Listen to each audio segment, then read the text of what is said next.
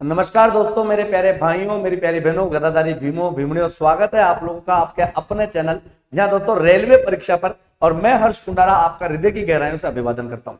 तो दोस्तों आज का ये जो वीडियो, आज का ये जो कॉन्सेप्ट हम लेकर आने वाले हैं, आज की जो जानकारी मैं आप लोगों के सामने जो साझा करने जा रहा हूं दोस्तों, वो है आपके रेलवे ग्रुप डी का जो अपना जो रीजनिंग का सिलेबस है ना, वो आखिर क्या है। दिल में तूफान कहीं डोल रहे होंगे, मन आपका मचल रहा होगा, समझ में नहीं आ रहा होगा कि जो शुरू से लेकर तैयारी करना चाहते हैं, जिनका ख्वाब है रेलवे डिपार्टमेंट में नौकरी लगना, उनको यह समझ में नहीं आता कि सर रीजनिंग हमको पढ़ना क्या है, छोड़ना क्या है, कौन से तो नए टॉपिक से जुड़े हैं, कौन से एडवांस टॉपिक हैं, कौन से नहीं है।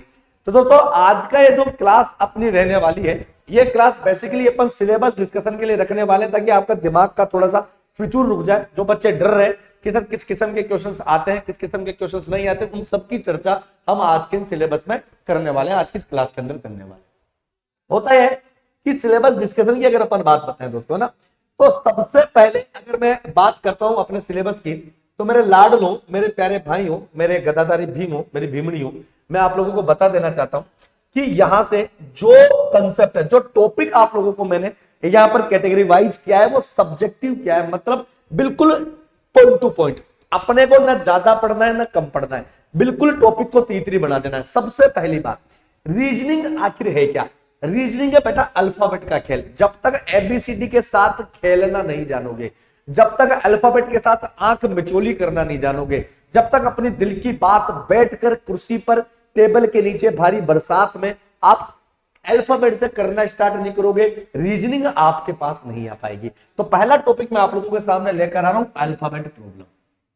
या दोस्तों इसका वेटेज बहुत ज्यादा होता है, क्योंकि जब आप अल्फाबेट प्रॉब्लम्स आप पढ़ते हैं तो अल्फाबेट प्रॉब्लम इसलिए पढ़ाया जाता है क्योंकि इसका खानदानी एक काम है बेटा, कोडिंग और डिकोडिंग।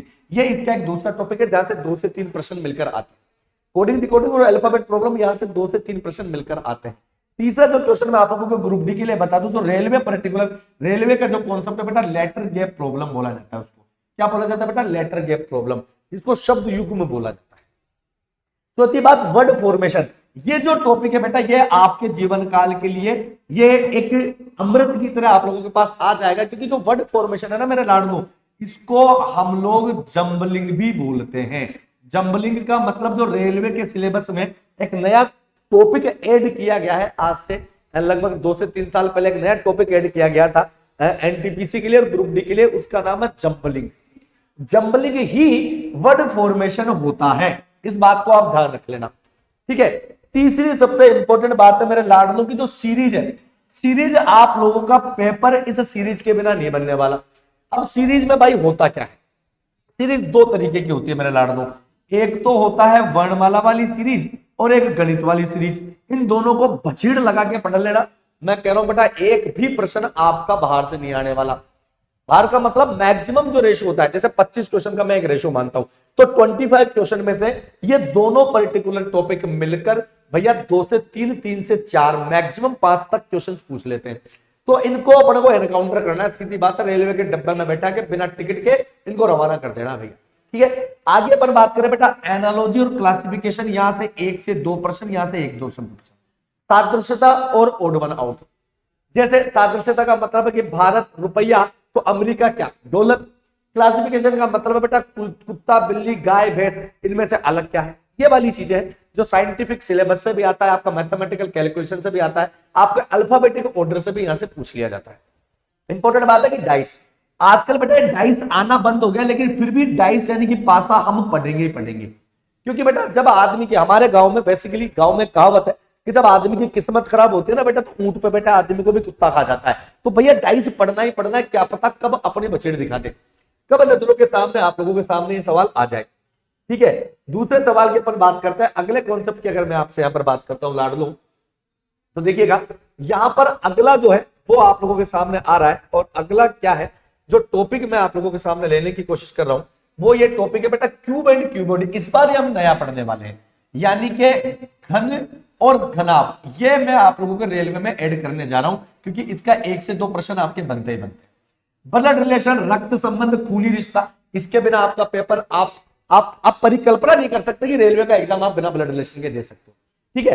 कैलेंडर, और क्लोक, ये वो दो टॉपिक बच गए हैं बेटा। ये वो टॉपिक है जो कि धीरे धीरे वक्त के साथ किसी शादी महोत्सव में जो पुराना फूफा नहीं होता, फूफा कि चल रहा है, आ रहा है, काम चल रहा है, किसी को पता नहीं, लेकिन अगर ये मुंह सुझा के बैठ गया तो भाई साहब शादी गड़बड़ा जाती है कि फूफा भाई साहब रूस गया। तो ये फूफा है पूरे सिलेबस का, मतलब आजकल आना बंद हो गया, लेकिन क्या पता आ जाए, है ना। तो ये वो क्या पता वाले में से, तो बेटा दिल में मलाल नहीं रखना कि क्या पता, इसको भी लपका के छोड़ेंगे, इसको भी तीतरी करेंगे बेटा। डायरेक्शन 1 नंबर का क्वेश्चन है, जरूर आएगा। सिलोजिज्म न्याय वाक्य, बिल्कुल बेटा 1 से 2 नंबर आप लोगों के बनते हैं। न्याय वाक्य, कुछ कुत्ते बिल्ली है, कुछ बिल्ली गडगड़े हैं, कुछ लाल पीले हैं, कुछ पीले हरे हैं। चल अगर मैं बात करता हूं बेटा, यहां पर ये जो बात है, यह है बेटा रैंकिंग टेस्ट की। क्या बात है मेरे लाडलो? रैंकिंग टेस्ट, क्रम परीक्षण, 1 नंबर इसका यहां से।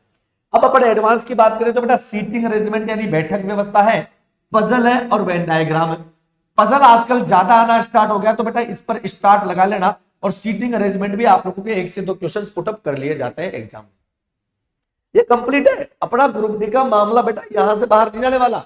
आप तो रटके गोल के दिमाग में तीसरी कर देना। तीसरी सबसे इंपॉर्टेंट बात हम आपको सामने बताने की कोशिश कर रहे हैं दोस्तों। अब जो टॉपिक मैं आप लोगों के सामने बताने की कोशिश कर रहा हूं, यहां पर क्या है कि ये बेटा थोड़े से एडवांस टॉपिक है। और आजकल के जो रेलवे के एग्जाम्स अपन ने देखे, इन दिनों जो रेलवे के पेपर हुए, चाहे आप ग्रुप डी के मान ले, चाहे टेक्निकल मान ले, चाहे नॉन टेक्निकल मान ले, चाहे लोको पायलट मान ले, चाहे एनटीपीसी का कोई भी सेगमेंट आप ले ले, तो बेटा ये टॉपिक एक बड़े ही बेहतरीन तरीके से आप लोगों के सामने। कैसे? Data inequality, greater than less than, P बड़ा है क्यू से, क्यू बड़ा या बराबर है आर से, इस तरीके के क्वेश्चंस यहां से आते हैं। डिसीजन मेकिंग बेटा, निर्णय, ये एक नया टॉपिक जुड़ा है जो रेलवे में कभी भी तफरी कर सकता है। एनटीपीसी और ग्रुप डी की अगर मैं बात बताऊं तो बेटा डाटा सफिशिएंसी अपने आप में एक बहुत प्यारा टॉपिक है, 1 नंबर। मैट्रिक्स आप लोगों की आती है। लॉजिकल अरेंजमेंट ऑफ वर्ड्स, ये 1 नंबर का क्वेश्चन आता है। लॉजिकल अरेंजमेंट वर्ड्स का मतलब है तार्किक क्रम, जैसे वृद्ध, जवान, युवा, बाल्यावस्था, शिशु, शेषावस्था, बाल्यकाल, तनखा, उनको एक तरीके से एक शब्दों की माला में पिरोकर आपको आंसर देना होता है। ये नॉन वर्बल में आपका मिरर इमेज आपको पता ही है, वाटर इमेज है, पेपर कटिंग और काउंटिंग ऑफ फिगर से आकृतियों की गणना। इसलिए ये इंपॉर्टेंट थोड़ा सा मुझे लगता है काउंटिंग ऑफ फिगर, क्योंकि यह बेहतर से बेहतरीन चीज अपन पढ़ने वाले। काउंटिंग ऑफ फिगर का मतलब है तीसरी गणना, ठीक है। इसके अलावा जो क्वेश्चंस आजकल देखे गए हैं बेटा ना, मैं आप लोगों को बता देना चाहता हूं, जो लॉजिकल रीजनिंग आजकल पूछी जा रही है ना लाडलो, जो लॉजिकल रीजनिंग आप लोगों के लिए पूछी जा रही है नॉन वर्बल के अंदर, एक तो कंप्लीशन ऑफ फिगर्स, आकृति पूरी करना, छिपी हुई आकृति, एम्बल्ड फिगर्स, आकृतियों से संबंधित क्वेश्चंस। ये जो आकृतियों से संबंधित क्वेश्चंस है बेटा नॉन वर्बल के अंतर्गत आता है। और नॉन वर्बल में बेटा इसमें आप पढ़ेंगे सीरीज, है ना लाडलो, इसमें पढ़ेंगे बेटा एनालॉजी, और इसी में पढ़ेंगे मेरे लाडलो क्लासिफिकेशंस। क्या पढ़ेंगे? क्लासिफिकेशन। ये हम नॉन वर्बल में आकृतियों से संबंधित जो है ना डायग्राम से संबंधित क्वेश्चन है वो पता करेंगे, पूछे। लॉजिकल रीजनिंग, इसके 3 से 4 नंबर आप लोगों के रेलवे में बछीड़ खाते हुए मिलेंगे। पहला कथन तर्क, जो कि आपको पता है ना, आर्ग्यूमेंट्स, स्टेटमेंट एंड आर्ग्यूमेंट्स हो गए, कथन पूर्व धारणाएं, स्टेटमेंट एंड एजुमिनेशंस हो गया, कथन निष्कर्ष, स्टेटमेंट कंक्लूजन हो गया, कथन कार्यवाही, है ना, स्टेटमेंट और कार्यवाही जो इससे रिलेटेड होता है कि क्या कार्यवाही की जानी चाहिए, सरकार ने बेरोजगारों को भत्ता देना बंद कर दिया, अब क्या कार्यवाही होगी, है ना, वो वाली बात है ना। कथन परिणाम, ठीक है, और कथन और कारण, कॉज एंड इफेक्ट करके टॉपिक्स है ना। तो इन सारों को भी अपन एक बेहतरीन तरीके से पढ़ेंगे। तो कुल मिला के मेरे लाडलो, मेरे प्यारे भाई हो, ये लगभग 30 एक टॉपिक है जो पूरे रेलवे को कवर करेंगे। अब इसमें से 2-4 टॉपिक ऐसे जो कभी आते हैं कभी नहीं आते, कभी छूट जाते हैं कभी आते हैं, तो लेकिन फिर भी अपन इनको पूरा कवर करेंगे।